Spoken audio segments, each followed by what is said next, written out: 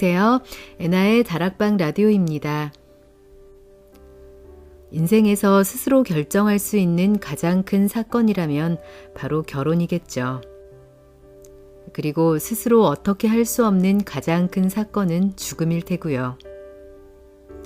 오늘 소개해드릴 책은 바로 그 두 가지 사건을 다양한 계층의 시선에서 다룬 에밀 졸라의 결혼, 죽음입니다. 에밀 졸라는 19세기 후반 프랑스 문학계를 대표하는 작가 중 한 명인데요. 이 책은 대표작 목로주점이 세상에 발표되기 2년 전인 1875년 러시아의 한 잡지에 어떻게 결혼하는지라는 제목으로 발표한 단편들과 어떻게 죽는지라는 제목으로 발표한 단편들, 그리고 르피가로지에 실린 어떤 사랑이라는 단편을 모아 한 권으로 엮어낸 책입니다. 1장 결혼에서 귀족, 부르주아, 상인, 서민의 결혼 이야기가 각각 펼쳐지고 2장 죽음에서도 귀족, 부르주아, 상인, 서민, 농민의 죽음 이야기가 펼쳐지는데요. 결혼과 죽음이라는 인생의 가장 큰 사건 앞에서 각 사회 계층의 인물들이 어떤 모습으로 결혼과 죽음이라는 사건을 대하는지 당시 사회 계급의 현실이 적나라하게 펼쳐집니다.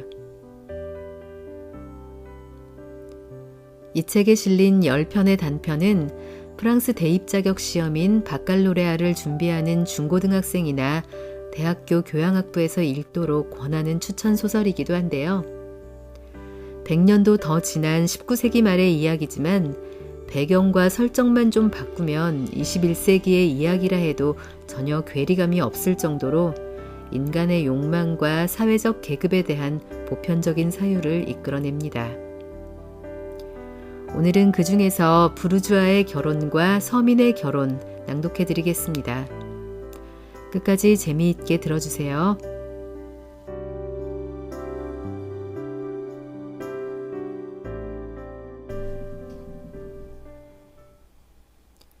부르주아의 결혼. 주일 보그랑은 국정 문제를 다루는 이름만 들어도 누구나 다 아는 변호사 보그랑의 아들이다. 할아버지는 앙투안 보그랑인데 앙제 지역의 넉넉한 부르주아다.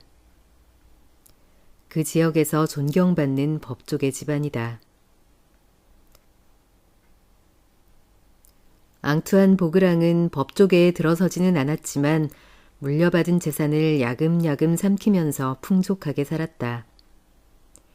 그의 맏아들인 그 유명한 변호사 보그랑은 아버지와는 대조적으로 아주 활동적이고 야망도 만만치 않아서 벌써 한 재산 끌어모았다. 주일 보그랑은 아버지의 그늘에다 상류층의 거만함과 왕자 취향까지 갖고 있었다. 그런데 얼마 전에 30살이 되면서 자신의 처지가 좀 한심하게 여겨지기 시작했다. 국회의원이 되어 국회에서 명성을 얻고 국회 스캔들이라도 생기면 기회를 잡아 장관 자리까지 넘볼 꿈을 꾸었다. 하지만 젊은 변호사 무리 속에서 그가 시도한 변론이 너무 서툴고 단어나 아이디어도 캐캐묵어 정치계에서 성공하기 힘든 인물로 지목되었다. 그러다 보니 오히려 산업계에 입문하는 게 나을까라는 생각으로 망설인 적도 있다. 그렇다고 특별 전문 교육 쪽은 왠지 엄두가 나지 않았다. 결국 결정한 게 법조계 행정 일을 할 수 있는 공부였다. 아들의 선택에 당황한 아버지는 그 분야에서 최고로 꼽히는 학교 교육을 받게 했다. 그 학교 출신이 최근 수지 맞는 결혼을 했다고 알려졌기 때문이다. 이제 그 학교에서 학업을 시작한 지 6개월이 되었다. 학교는 생딴거리에 있는 오래되어 칙칙한 아파트에 자리하고 사는 곳은 암스테르담 거리에 있는 고급 호텔이다. 주일 보그랑은 자신의 보잘것없는 학업이 자신의 생활에 영향을 미치지 않도록 최대한 노력했다. 그런 노력의 일환으로 사교계를 드나들며 저녁 시간을 보내고 그림을 수집했다. 그래도 재산이 너무 더디게 모인다는 느낌이 드는 건 어쩔 수 없었다. 그의 주변에 부족한 것은 다름 아니라 만끽하는 사치, 일주일에 한 번 정도의 거나한 만찬, 그러니까 저명한 사람들을 초대한 만찬이나 아버지가 아는 정계 인물들을 일주일에 한 번 자신의 살롱에 초대하는 따위 말이다. 말 5-6마리 정도가 들어갈 마구간이 있으면 더 많은 사람을 초대할 수 있다고 여겼다. 다시 말해 집이 넓어지면 초대객도 자연히 2배로 늘어나리라고 철석같이 믿었다. 조언을 부탁했더니 아버지는 이렇게 말했다. 결혼을 하려무나.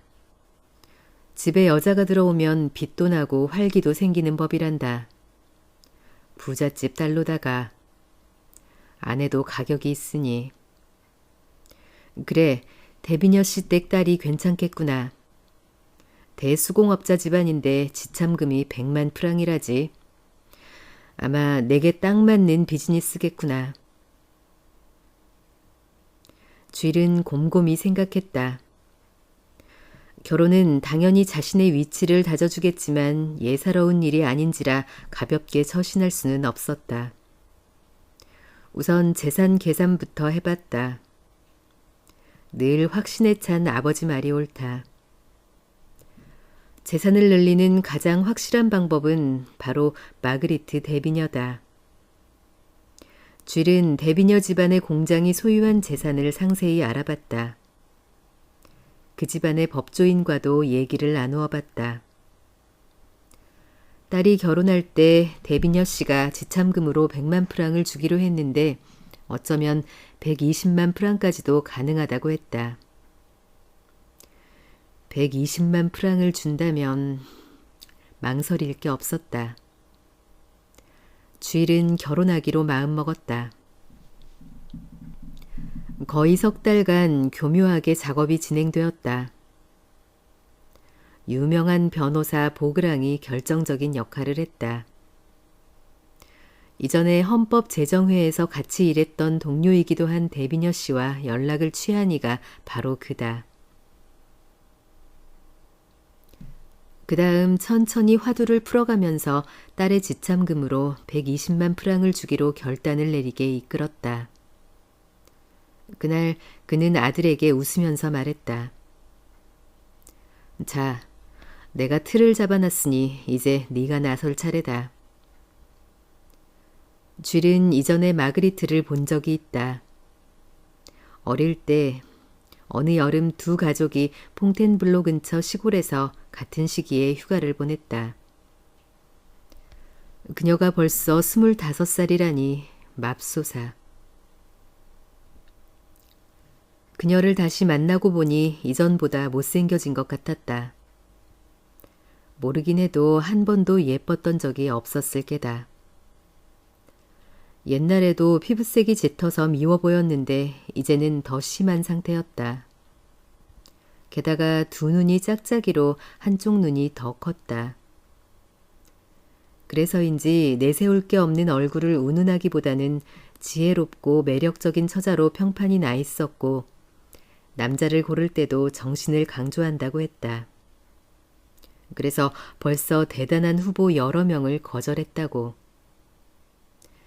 100만 프랑의 지참금에도 여전히 독신이라는 게 설명되는 부분이었다.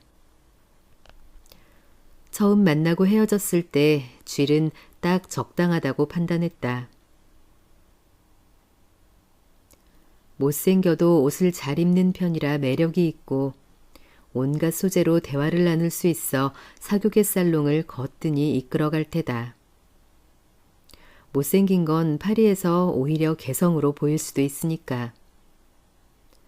사실 지참금이 120만 프랑이면 못생겨도 된다. 그러자 일은 일사천리로 진행되었다. 이 약혼자들은 쓸데없이 시간을 끄는 부류가 아니었다. 그들이 맺는 결합이 어떤 의미를 가지는지 서로 잘 알고 있었다. 둘은 긴 말도 필요 없이 미소로 서로의 입장을 파악했다. 마그리트는 귀족을 위한 특별 교육이 이루어지는 기숙학교에서 자랐다. 7살 때 모친을 잃는 바람에 아이의 교육을 감당할 수 없던 부친의 결단이었다.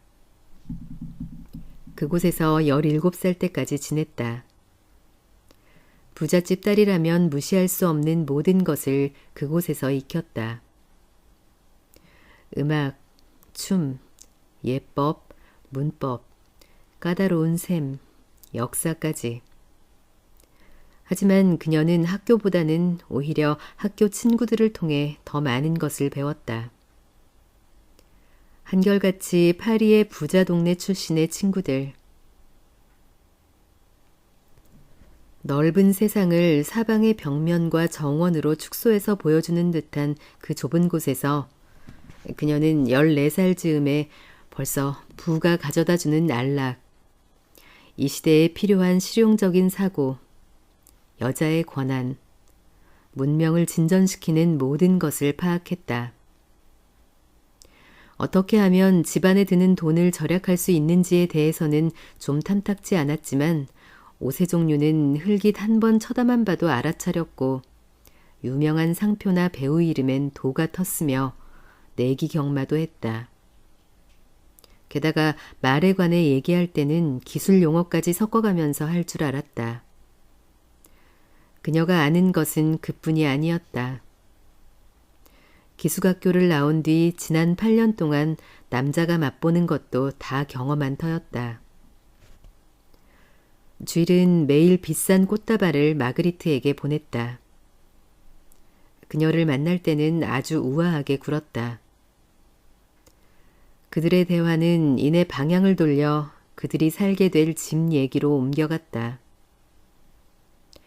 쥘의 현 거주지에 대해 장점 2가지가량을 거론한 다음 둘은 곧 바닥재, 벽재, 그 외 다양한 건축자재 얘기를 이어갔다.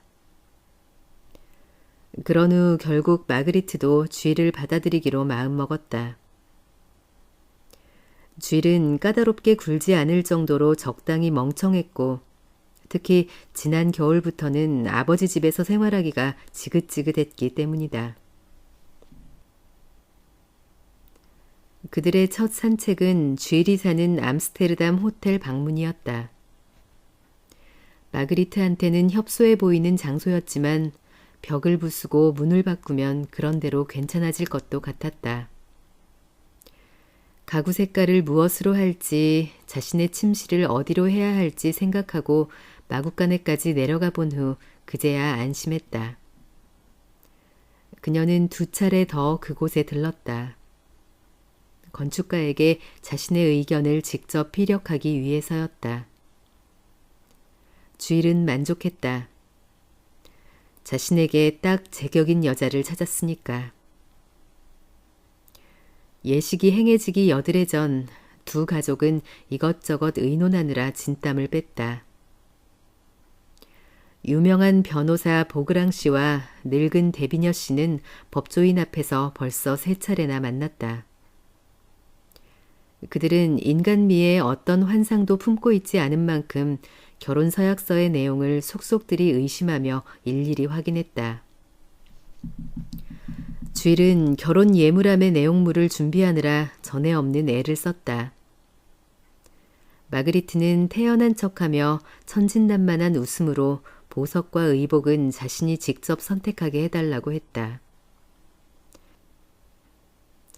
그들은 가난한 친척 아주머니 한 명을 데리고 가게마다 드나들며 아침부터 저녁까지 종일 다이아몬드와 고급 레이스 옷을 보러 다녔다. 그러는 게 그들에겐 재미있었다. 마치 순진한 연인처럼 비싼 돌, 그러니까 보석으로 차가워진 손을 꼭 잡고 다녔다.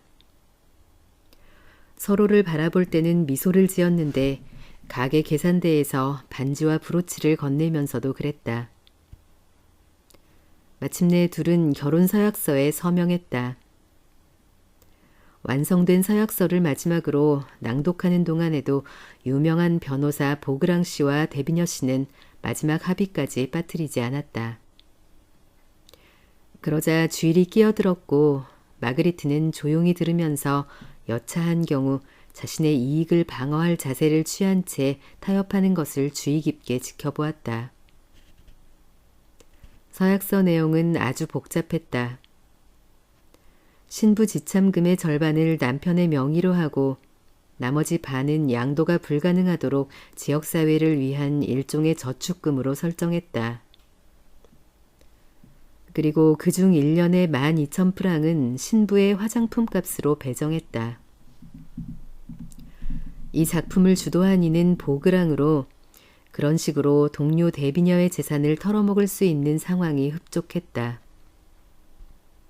시청에서 이루어진 결혼식에는 10명 남짓한 사람이 초대되었다. 시장이 주일의 사촌이었다. 시장은 가족법을 읽을 때는 심각한 어투로 읽다가 책자를 덮자 평소 태도를 취하며 여성을 예찬하고 자신이 직접 증인이 되겠다며 펜까지 들고 나섰다. 증인석에는 상원 의원이 2명, 장관이 1명, 장군이 1명 있었다. 마그리트는 예라며 좀 크다 싶은 목소리로 동의했다. 진중하면서도 좀 큰 목소리. 그도 그럴 것이 마그리트는 법을 익히 알고 있었다. 그 외의 모든 부차적인 인물들은 엄숙한 태도로 잠잠히 있었다. 마치 아주 엄청난 자본을 좌우하는 사업 체결의 참관이라도 한 듯이. 신랑 신부 측은 제각기 1,500프랑씩 기부했다. 그날 저녁 데비녀 씨의 집에서 증인들을 모아놓고 식사를 했다. 장관이 빠진 자리여서 두 집안 다 몹시 애석해했다. 종교 예식은 마들렌 성당에서 이루어졌다. 예식 사흘 전 주일과 그의 아버지가 이미 비용 흥정을 끝냈다. 고급스러운 모든 것을 요구하면서도 가격까지 흥정했다. 주교의 미사며 오르간 연주며 바닥에 깔 양탄자까지 요구했다. 성당 출구부터 20보가량 걸어 나올 수 있도록 보도에까지 양탄자를 깔았고 결혼 행렬이 들어설 때는 오르간으로 승리의 음악을 연주하도록 했다. 그렇게 하는데 50프랑을 더 냈지만 대단한 효과를 창출해냈다. 초대장은 1000여 장을 보냈다. 마차가 줄에 줄을 잇고 있을 때 성당 안은 벌써 사람들로 가득 차 있었다. 잘 차려입은 남자들, 화려하게 화장한 여자들. 신부 화장의 마력인지 하얀색 베일과 오렌지색 화관을 쓴 마그리트는 못생겨 보이지 않았다.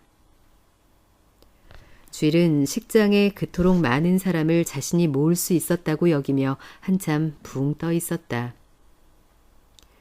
그런데 오르간 연주는 어딘지 웅웅거렸고 합창단은 사발 깨지는 듯한 소리를 냈다. 여하튼 그렇게 1시간 반 동안 식이 진행되었다. 그토록 엄숙한 성당 안에서 정말이지 아주 대단해 보였다. 이어 성당 안에 마련된 접대소에서는 끊이지 않는 축하 행렬이 이어졌다.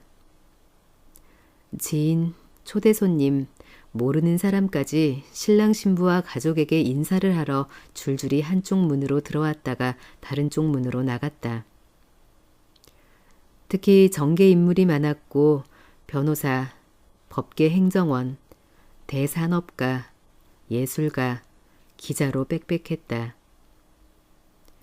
쥐른 안면이 좀 있는 창백하고 왜소한 한 남자와 좀 특별한 악수를 나누었다. 어쩌면 자신의 결혼식에 대해 몇 자 써줄지도 모르는 기자라서다.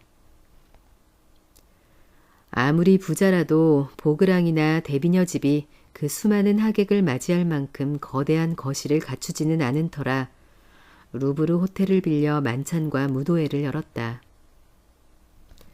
식사는 별로였지만 무도회는 번쩍거렸다. 자정께 마차가 신혼부부를 태워 암스테르담 거리로 달렸다.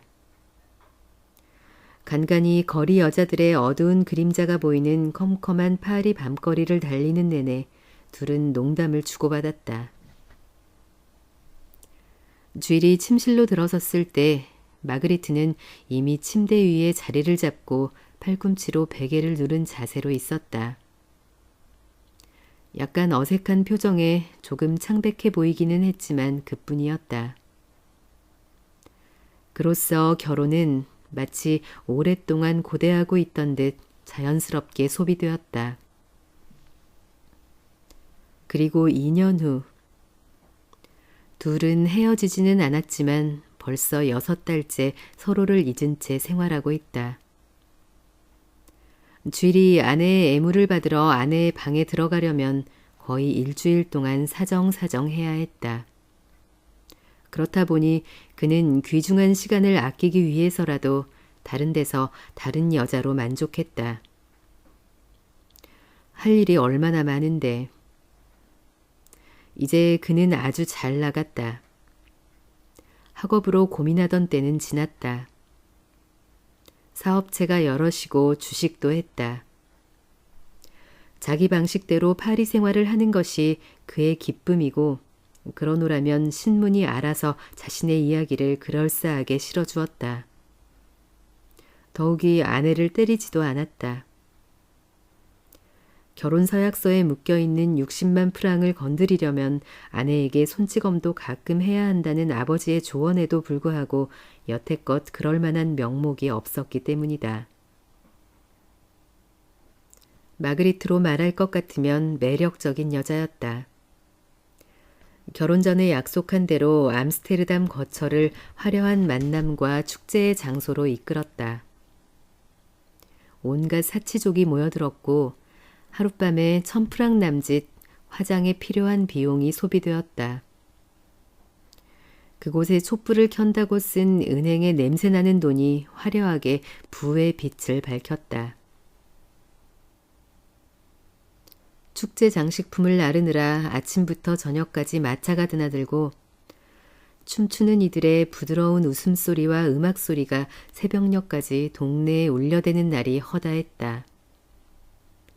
마그리트의 못생김은 오히려 빛이 났다. 예쁜 여자보다 더 끌리는 여자로 변신했다. 그러니 예쁜 것보다 차라리 나았다. 그녀의 표현에 따르면 예쁜 것보다 훨씬 더 가치 있다나. 120만 프랑의 지참금이 지푸라기처럼 타버렸다. 그녀가 남다르게 똑똑하지 않았다면 1년도 안 돼 남편의 재산을 탕진했을 터다. 화장하는데 한 달에 1000프랑이 배당돼 있음은 우리도 잘 알고 있다. 하지만 1년치를 한 달 만에 다 써버리는 그녀를 보면서 경악하는 사람은 없었다. 쥘은 오히려 아주 만족했다. 그녀처럼 집안을 이끌어갈 여자는 없으니까. 인간관계를 한껏 넓혀갈 수 있게 만든 아내가 오히려 대견할 뿐이다. 요즘 마그리트는 결혼식 때 증인이 되어준 상원의원 쪽을 기웃거리고 있다. 문 뒤에서 그가 자신의 어깨에 키스를 하도록 허락했다. 그러면서 반짝거리는 상자 안에 잔뜩 한 몫의 재산을 선사하도록 내버려둘 생각이다.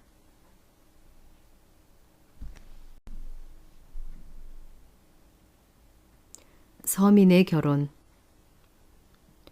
발랑탕은 키가 큰 25살의 청년이다. 목수인데 포브르 생상투안 동네의 중심에서 태어났다. 아버지와 할아버지도 목수였다. 그는 자욱한 대패가루 속에서 자랐고 10살 때까지 7월 기념탑이 있는 바스티유 광장 보도에서 구슬치기를 하며 놀았다. 지금은 로케트 거리에 거주하고 있다. 어두컴컴한 곳으로 월세가 10프랑이다. 지붕 쪽에 구멍도 하나 나 있고 침대 하나, 의자 하나 놓으면 꽉 차는 공간이다. 침대에 오르다 머리를 천장에 부딪히지 않으려면 허리를 한껏 굽혀야만 했다. 집에 손님을 초대할 엄두도 낼 수 없었다.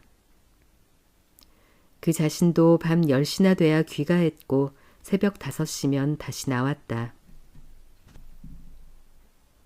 겨울이건 여름이건 벼룩이 들끓었다. 그런 상황을 발랑탕은 그냥 피식 웃으며 받아들였다. 불평을 하는 경우는 여자를 사귀게 되었을 때다. 도무지 집에 여자를 데리고 올 수가 없으니.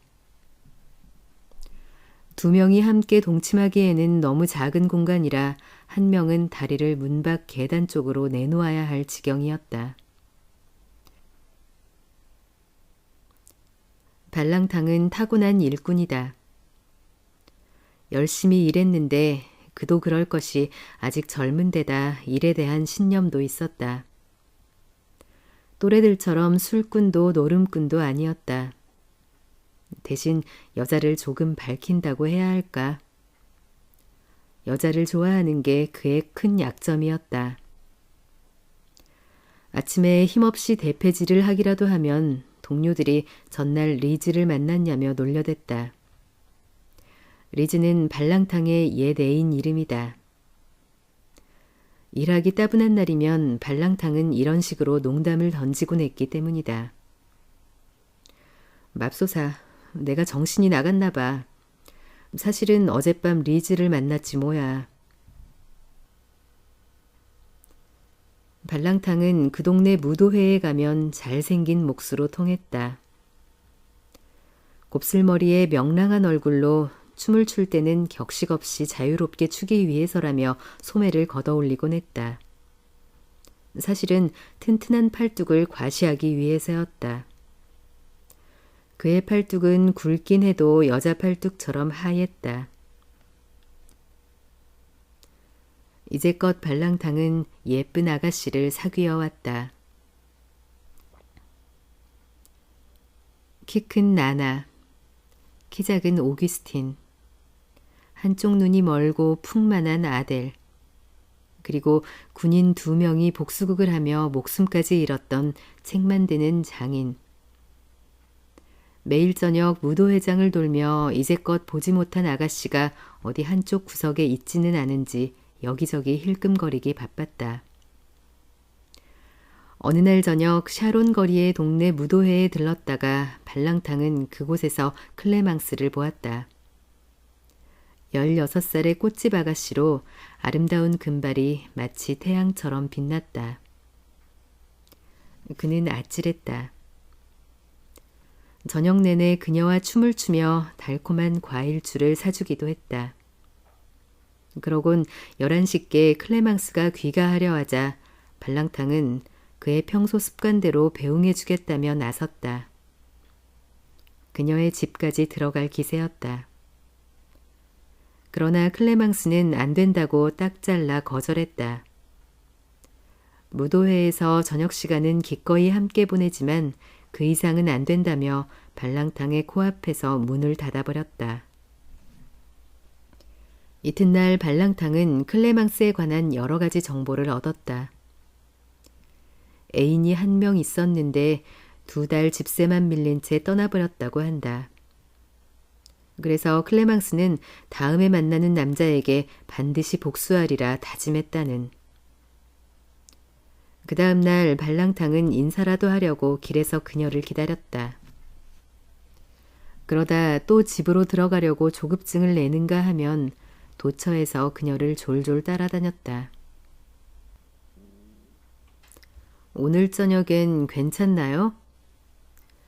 발랑탕이 웃으며 물으면 아니요, 내일이요. 밝은 목소리로 클레망스가 응수했다. 일요일마다 플로르 공원에서 그들은 만났다. 클레망스는 음악을 연주하는 오케스트라를 등지고 앉아 발랑탕이 사주는 달콤한 과일주를 홀짝였고 춤까지 함께 잘 추다가도 발랑탕이 키스를 하려 들면 무조건 밀쳐냈다. 어쩌다가 같이 살자고 슬쩍 물으면 냉담한 태도로 쓸데없는 생각으로 골머리 썩지 말라고 딱 잘라 말했다. 그런 말에 혹할 자신도 아니고 그런 걸 원치도 않는다면서. 6주 동안을 그런 식으로 웃으며 서로 농담만 했다. 만난 지 2달이 다 됐을 무렵 발랑탕의 표정은 점점 어두워졌다. 지붕에 구멍이 난 자신의 집에서는 더 이상 잠도 오지 않았다. 숨이 막힐 것 같았다. 누워서 큰 눈을 덩그러니 뜬 채로 있으면 어둠 속에서 햇빛처럼 빛나는 클레망스의 금빛 얼굴이 보였다. 마치 석탄 위에 누워있기라도 하듯 열기가 올라 아침이 밝을 때까지 뒤척거리기만 했다. 그런 다음 날은 아틀리에에서 아무것도 손에 잡히지 않았고 시선의 방향을 잃은 채 공구를 마구 떨어뜨렸다. 동료들은 그 모습을 지켜보며 놀려댔다. 너 리즈를 만났나 보구나? 아니, 리즈를 만난 게 아니다. 클레망스의 집에 3번이나 가서 무릎을 꿇은 채 자신을 받아들여 달라고 애원까지 했지만 그녀는 안 된다며 거절했다. 매번 안 된다고만 했다. 발랑탕은 길에서 짐승처럼 울부짖었다. 그는 차라리 그녀의 집 문 앞 복도에서 잠들기를 갈망했다. 그녀의 나지막한 숨소리라도 들을 수 있다면 그 편이 훨씬 낫겠다고.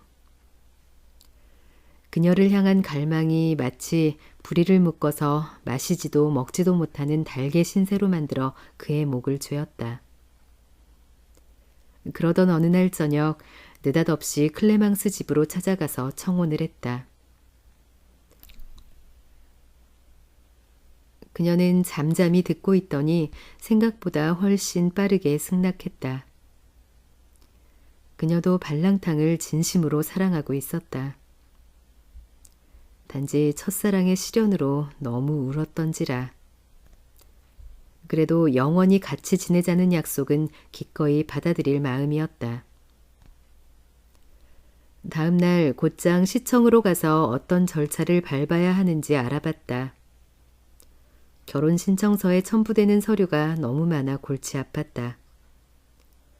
클레망스의 아버지 사망 증명서가 필요하다는데 어디에 있는지 알 수가 없었다. 발랑탕은 군복무 증명서를 구하러 온 데를 쫓아다녔다. 이제 둘은 매일 만났다. 파리 성벽 외곽을 산책하기도 하고 교회 행사에 가서 갈레트를 먹기도 했다. 산책을 마치고 저녁에 돌아오면서는 성벽을 따라 나 있는 긴 길을 아무 말도 없이 팔짱을 꽉 낀 채 걸었다. 표현하기 힘든 환희로 가슴이 벅차올랐다. 한 번은 발코니에서 클레망스가 왕자에게나 들려줄 법한 로맨스 노래를 발랑탕에게 불러주기도 했다. 발랑탕은 너무도 행복해서 두 눈에 눈물을 글썽거렸다. 서류가 준비되고 결혼식은 토요일로 정해졌다. 식은 조용하게 치르기로 했다. 발랑탕이 성당에 가봤는데 신부가 6프랑을 요구하는 바람에 미사는 필요 없다고 말했다고 하니까 클레망스는 시청에서 치르는 결혼식이 최고라고 맞장구를 쳤다. 처음에 둘은 결혼 연회식도 필요 없다고 생각하다가 너무 몰래 하는 결혼식처럼 보일까봐 한 사람당 100푼 정도 내고 먹는 피크닉식 파티를 계획했다. 파리 외곽에 위치한 주점에서 총 18명분을 준비했다. 클레망스는 결혼한 친구 3명을 데려가고 발랑탕은 목수 쪽 동료들을 부부 동반으로 불렀다. 주점의 식사는 2시간으로 정했다. 왜냐하면 저녁 식사 전에 모두들 한 차례 산책을 하기 위해서다. 클레망스와 발랑탕은 제각기 증인들만 데리고 시청에 도착했다. 발랑탕은 세탁한 긴 윗도리를 입었고 클레망스는 친구에게서 10프랑 주고 산 오래된 파란 드레스를 사흘 걸쳐 고쳐 입었다. 그 친구가 자신보다 몸집이 큰 탓에 옷을 자신의 몸에 맞추느라고. 거기에 빨간색 꽃으로 장식된 모자까지 곁들였다. 금발 머리카락을 늘어뜨리고 하얀 얼굴에 소녀 같은 클레망스는 어찌나 예쁘던지. 시장이 딸을 바라보는 아버지 같은 미소를 머금었다. 예 라고 그녀가 대답해야 할 차례가 되었을 때 발랑탕이 팔꿈치로 툭 치는 바람에 그녀는 유쾌하게 웃었다. 순간 시청에서 일하는 사람들까지 포함해 거기 자리한 모든 사람이 유쾌하게 웃었다. 그런 웃음이 시장이 읽는 가족법의 낡은 책자에 젊은 기운을 한층 더했다. 이어 서명할 때가 되자 증인들이 서둘러 서명했다. 글을 쓸 줄 모르는 발랑탕은 그냥 십자가를 그었고 클레망스는 보다 굵직한 낙서로 서명을 대신했다. 불우이웃 헌금으로는 참석자들이 제각각 2푼씩 냈다. 클레망스만 오랫동안 호주머니를 뒤져보더니 결국 10푼을 냈다.